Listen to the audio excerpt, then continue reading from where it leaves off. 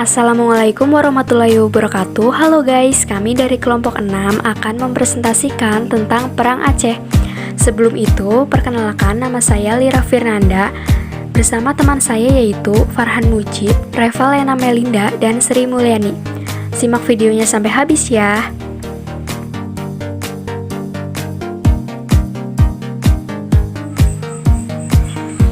Pengertian Perang Aceh. Perang Aceh adalah pertempuran antara Kesultanan Aceh melawan Belanda yang berlangsung antara 1873 sampai 1904. Pertempuran ini merupakan bagian dari serangkaian konflik yang timbul karena ambisi Belanda untuk menguasai Nusantara.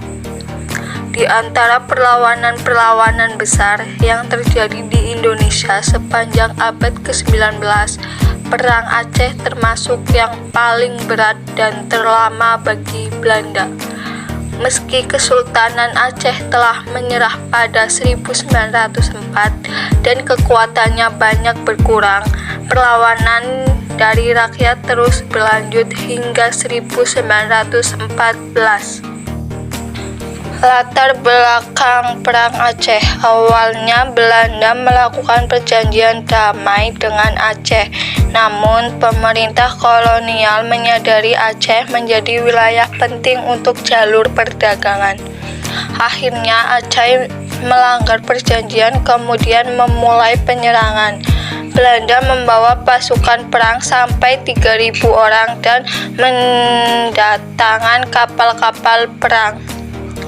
Pada tanggal 26 Maret 1873, Belanda menyatakan perang kepada Aceh dan mulai melepaskan tembakan meriam ke daratan Aceh dari kapal perang Citadel van Antwerpen. Pada 5 April 1873, Belanda mendarat di pantai Ceuremen di bawah pimpinan Johan Harmen Rudolf Kohler dan langsung bisa menguasai Masjid Raya Baitur Rahman. Kohler saat itu membawa 3.198 tentara, sebanyak 168 diantaranya para perwira. Penyebab Perang Aceh. Penyebab terjadinya Perang Aceh adalah ketika Inggris dan Belanda melanggar kesepakatan yang sudah mereka tanda tangani dalam Traktat London tanggal 17 Maret 1824. Pasalnya, dalam traktat tersebut telah disebutkan bahwa Inggris memberikan izin kepada Belanda untuk menguasai wilayah Sumatera, kecuali Aceh. Namun, Belanda melanggar perjanjian tersebut dan tetap berusaha menggempur Aceh. Isi Traktat pada Perang Aceh. 1. Isi Traktat London. Traktat London adalah kesepakatan antara Inggris dan Belanda mengenai pembagian wilayah jajahan Nusantara dan Semenanjung Malaya. Berdasarkan traktat tersebut, Belanda tidak bisa mengganggu Aceh karena wilayah tersebut telah masuk ke bagian jajahan Inggris. Yang kedua adalah isi Traktat Siak atau Traktat Sumatera. Traktat Sumatera tahun 1871 ialah bekas jajahan Belanda di Afrika, yakni Gold Coast atau yang sekarang dikenal sebagai Gona, diserahkan kepada Inggris. Jajahan Inggris di wilayah Sumatera, yakni Bengkulu, diserahkan kepada Belanda. Tokoh-tokoh Perang Aceh yaitu 1. Teuku Cikditiro. Tokoh penting selama Perang Aceh dari Indonesia adalah Teuku Cikditiro yang menjadi pemimpin pasukan. Ketika itu, Teuku Cikditiro melawan pemimpin Van der Heyden ketika menyerah Aceh Besar. Teuku Cikditiro kemudian gugur di tahun 1891.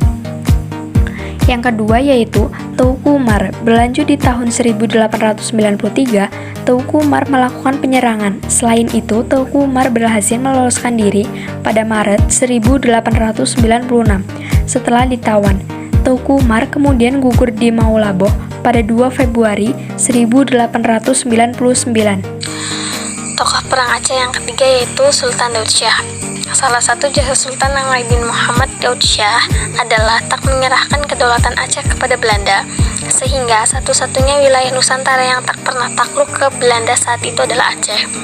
Yang keempat, Cut Nyak Dien.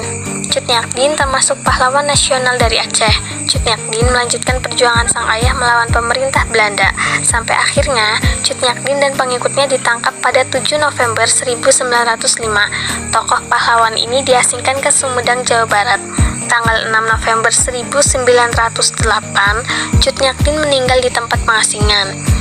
Dan yang terakhir adalah Cut Mutia. Cut Mutia termasuk pahlawan nasional dari Aceh, lahir tahun 1870. Cut Mutia menjadi anak perempuan satu-satunya dari 5 bersaudara. Cut Mutia melakukan perang gerilya dan spionasi melawan Belanda di tahun 1901. Suaminya Cik Tunong dijatuhkan hukuman tembak mati oleh Belanda. Setelah suaminya tewas, Cut Mutia tetap melanjutkan perang bersama Pang Nangro. Perlawanan tersebut berakhir 25 September 1910. Setelah Pang Nangro meninggal dunia, Cut Mutia tetap mengikuti perang gerilya. Pada 25 Oktober 1910, Cut Mutia meninggal dunia di Perang Medan. Jalannya Perang Aceh. Tentara Belanda menginjakan kaki di Serambi Mekah pada tanggal 5 April 1873. Pasukan Aceh yang terdiri atas para ulabalang, ulama, dan rakyat tidak mudah ditundukkan. Pasukan Aceh di bawah pimpinan Teuku Imam Leung Bata kemudian melawan tentara Belanda pimpinan Kohler untuk memperebutkan Masjid Raya Baitur Rahman. Dalam pertempuran tersebut, Kohler terbunuh. Dengan demikian, gagallah serangan tentara Belanda yang pertama. Kemudian pada 9 Desember 1873, Belanda melakukan serangan yang kedua dipimpin oleh J. van Swieten. Masjid Raya Baitur Rahman dan Istana Sultan jatuh ke tangan Belanda. Meski demikian, rakyat Aceh tidak menyerah begitu saja. Di seluruh Aceh dikobarkan perang sabilillah. Para pemimpin perang antara lain adalah Tengku Cik Kitiro, Panglima Polim, dan Teuku Tuanku Hasyim. Gerakan pasukan Teuku Umar juga banyak berpengaruh pada jalannya perlawanan setelah Teuku Umar gugur pada 899. Perlawanan dilanjutkan Cut Nyak Dien. Tokoh lainnya yang berperan dalam perang Aceh adalah Habib Abdurrahman, Tengku Mahyidin Tiro, dan Cut Nyak Mutia. Dampak Perang Aceh. Pasukan Aceh yang terus mengalami kemunduran membuat pemerintah Belanda berhasil menanamkan kekuasaannya di seluruh wilayah Kesultanan Aceh. Akibatnya, Kesultanan Aceh pun runtuh. Akhir perlawanan Perang Aceh. Perang Aceh diakhiri dengan surat perjanjian tanda menyerah atau traktat pendek pada tahun 1903. Sultan Alauddin Muhammad Daud Shah dan Panglima Polem menyerah setelah mengalami tekanan luar biasa. Dalam perjanjian penyerahan diri itu, seluruh wilayah Aceh dikuasai Hindia Belanda dan Kesultanan Aceh dibubarkan.